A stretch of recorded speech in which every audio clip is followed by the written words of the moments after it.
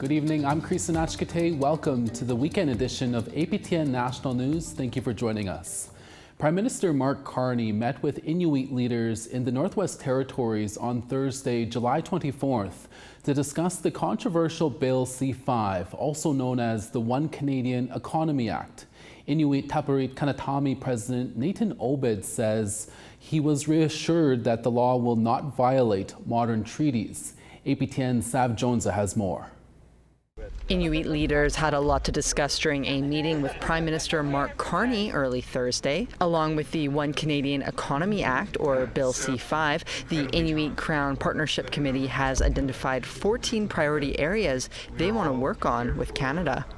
Whether it be the Child First Initiative, the ongoing housing crisis, and the necessary actions to resolve it, the work that still needs to be done on education and on language and infrastructure. All of these things I hope we can have fulsome conversations about today.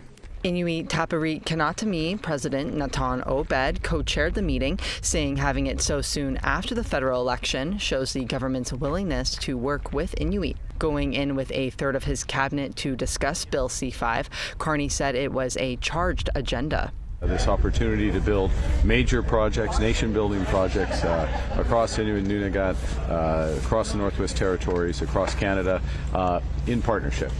So that will be the core of our discussions today, but as well we'll address issues around Arctic security, defense, and education, health, social services for our people. C-5 has been widely controversial throughout Canada, with fears that it threatens Indigenous sovereignty.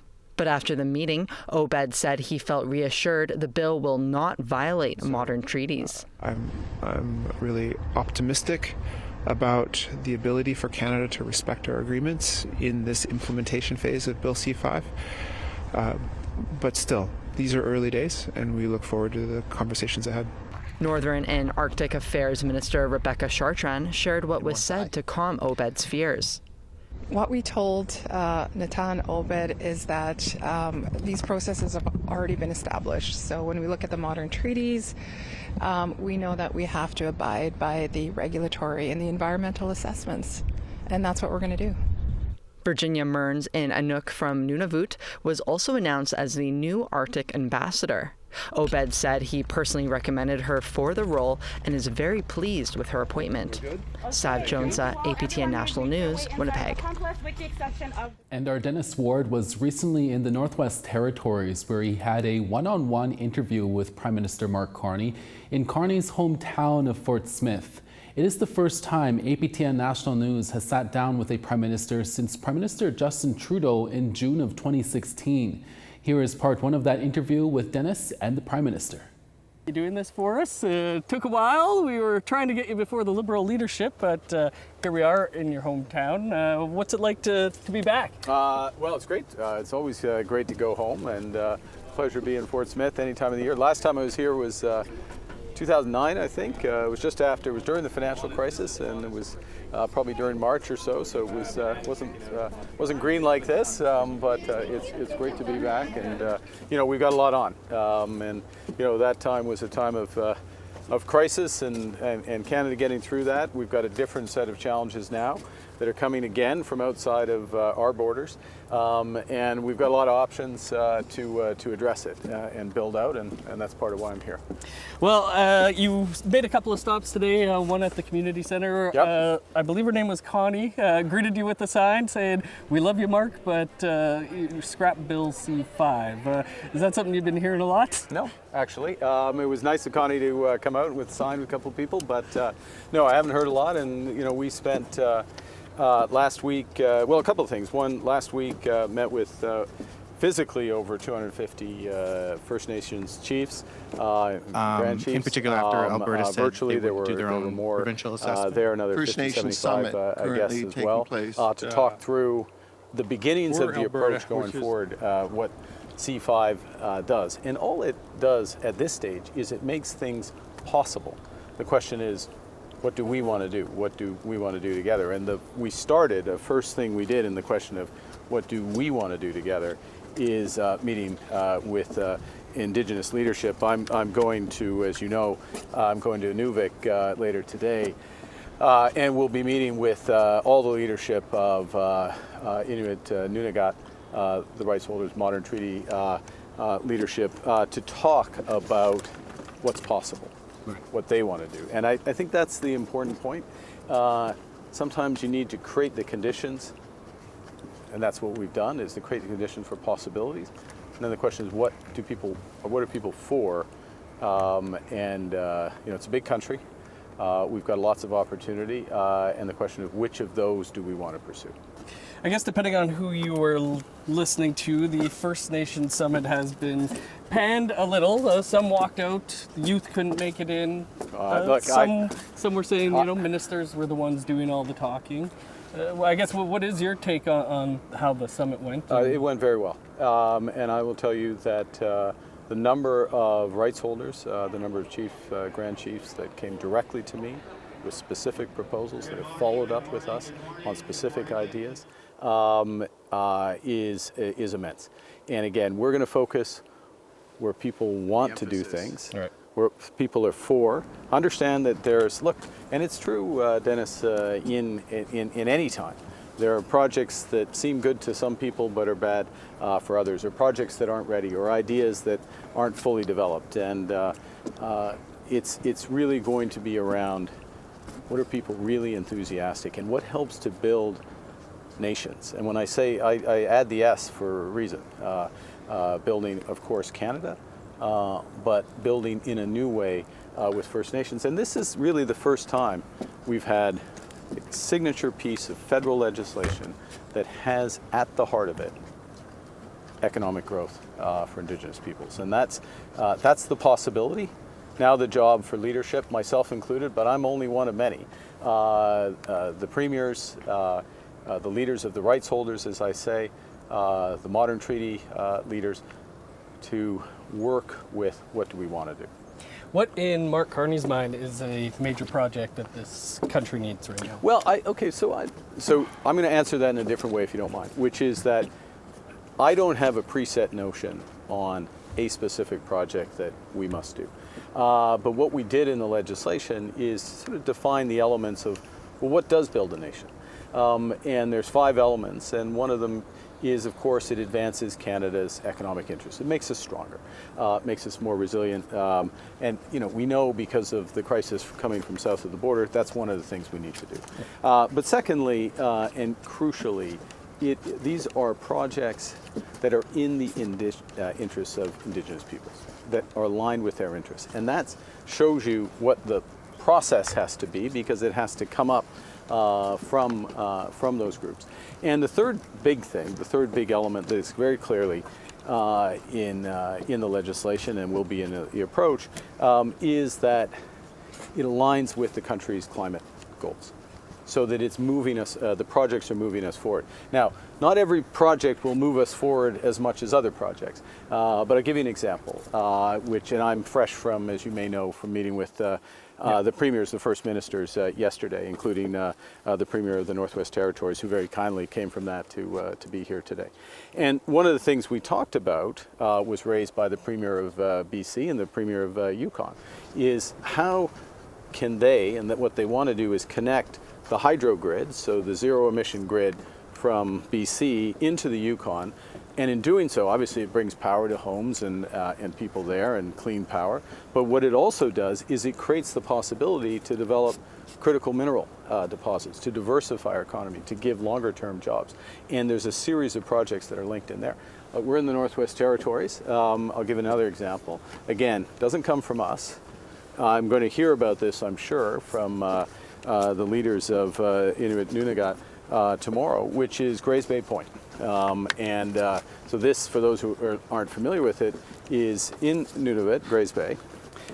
It is a potential new port, but the key thing about the port is it links and opens up opportunity in Nunavut, but as well in the Northwest Territories for economic development, for links, a transportation corridor up into that. It creates the possibility that we build new relationships with Europeans, which provides some diversification from our exposure to the Americans. it's a very exciting project. Now, we will potentially support that, provided it has the full support of the Indigenous peoples all the way along the corridor. It seems to have a lot of support, but we've got to make sure that it's there, provided that we can see the broader economic benefits. We don't want to build a port and nothing flows through it, and that we get some private sector money to make sure that it's not just the Canadian taxpayer that's paying. And part 2 of that interview between Dennis Ward and the Prime Minister is up next. We'll be right back.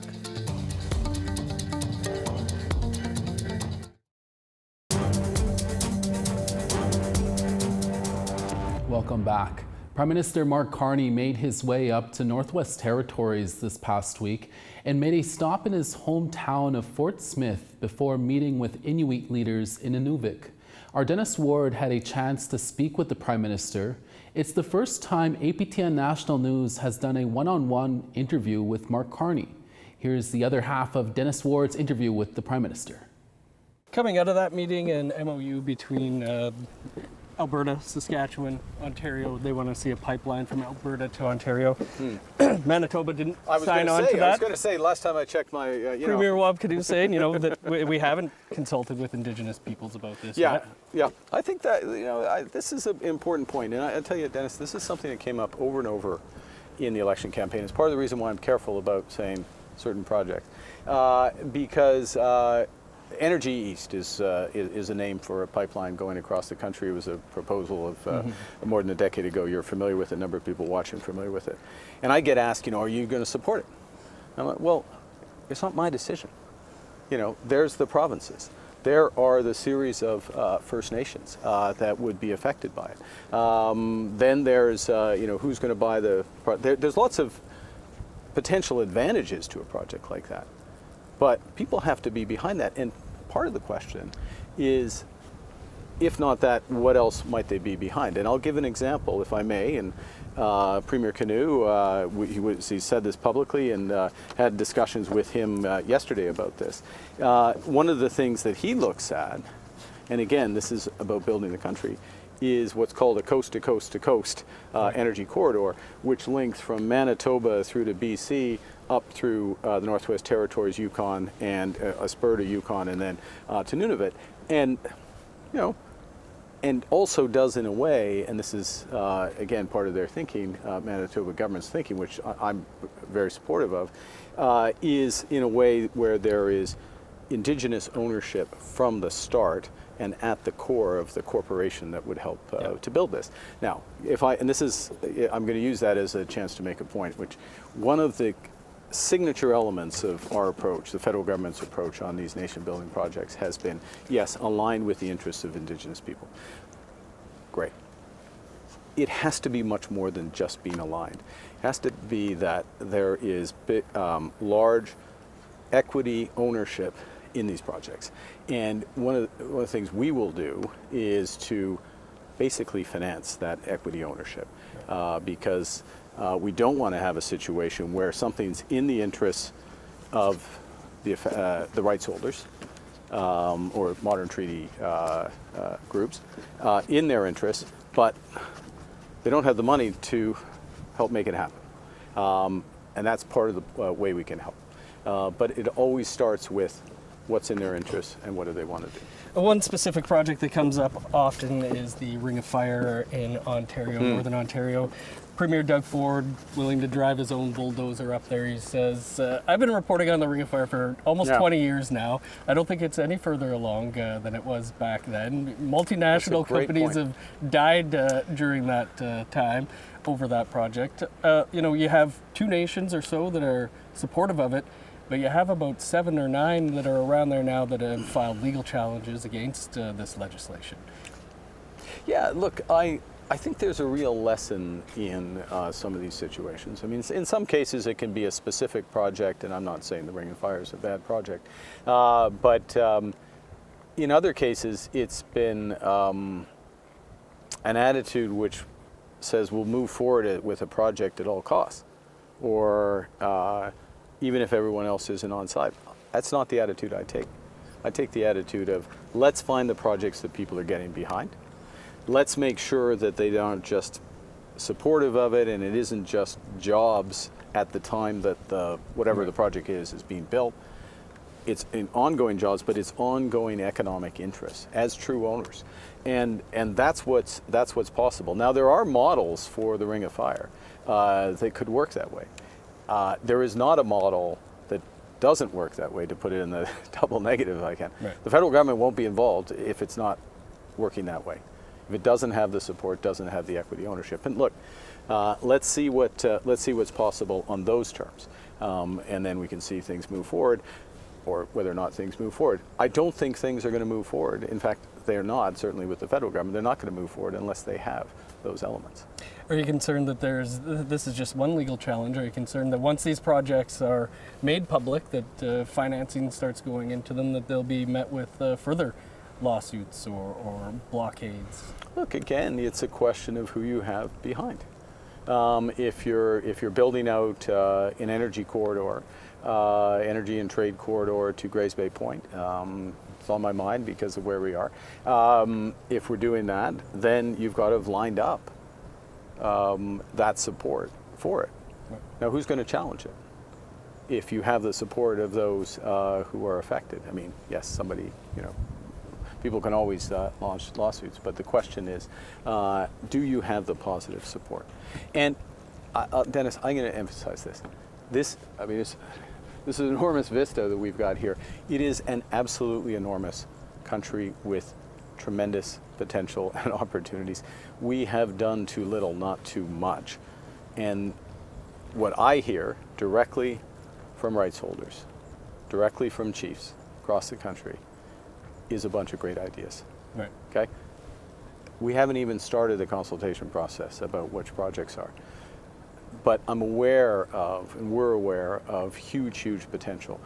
My job, the job of the premiers, the job of others, is to convert those great ideas as part of a process to making decisions after extensive consultations that these are the potential projects of national interest, and then to go from that to attach the right conditions around the development of those projects, and including environmental, local services and economic benefits, ownership conditions, other elements. Attach those conditions, labor conditions as well, so those projects can be built, and that process goes forward.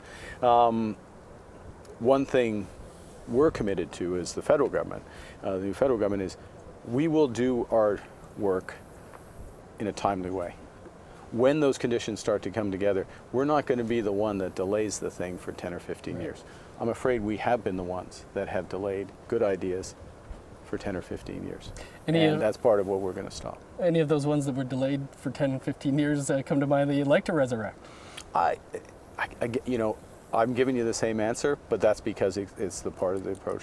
It's for others to advocate and support. Because if it's not, the federal government is not pulling projects. We're not trying to create projects. We're not trying to push certain ideas and priorities. But what we're going to do is we're going to accelerate and reinforce and support those projects that really do have support. And, it's interesting. I mean, you've asked on a variety of things, but sometimes this whole thing gets reduced down to pipelines. Yeah. No, we're talking about, yes, pipelines, but ports. We're talking about green energy. We're talking about carbon capture. We're talking potentially about data centers and artificial intelligence. We're talking about, in Northwest Territories, right here, one of the nation-building projects, potentially, and the Premier's been an advocate for this, and again, the Premier is being very careful, and others are being very careful to see whether there is the support of the rights holders, but is Mackenzie Valley Highway to Norman Wells, which actually brings economic benefit. It brings direct social benefit, I can put it that way, and it can help with our national security as well. So it's a wide range of potential projects, and that's what's exciting about it. We won't be able to do everything, to state the obvious, and or at least not everything immediately. So we're setting up a process where things are positively advocated, they've got support, and then we get behind them and move them forward. Here's a project that was pitched by the national chief, and that was closing the infrastructure gap for First Nations. 600 plus billion, hundreds, thousands of jobs could go into that. Is that in the national interest? It's certainly a response. I'd reframe it. It's a responsibility. It's a responsibility to provide health, social services, to have the infrastructure across this country at comparable levels. That's a different. That is a different set of responsibilities, different set of processes for that. Mr. Prime Minister, I'm being told we got to wrap up. We didn't even make it to our bench. Maybe one day we'll sit on it. Someday we'll make it to the bench. I see these good people down there, though. Yeah, but I'll thank let you, you go Dennis. meet them. Thanks so much for your Thanks. time. A real Appreciate pleasure. it. Thank you. Thanks. Thanks. We have more news after the break. Stay with us.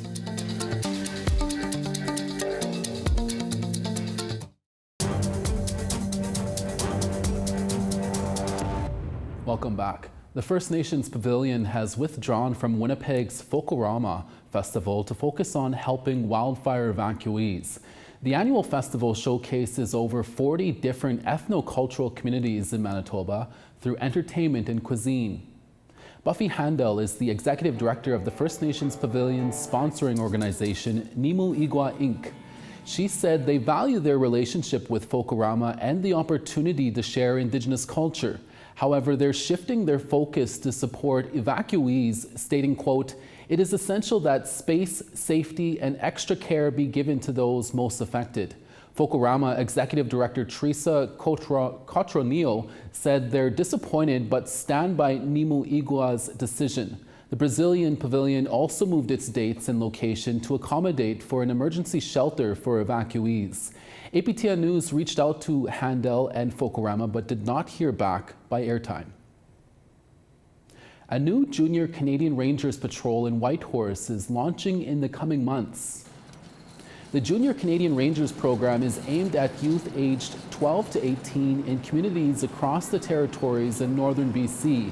The program helps youth learn on-the-land ranger skills as well as life skills. The new patrol in Whitehorse will serve as a hub for junior rangers there and in the Yukon's rural communities. The patrol's master corporal says the program will teach junior rangers things like how to travel on the land, equipment maintenance, and leadership skills.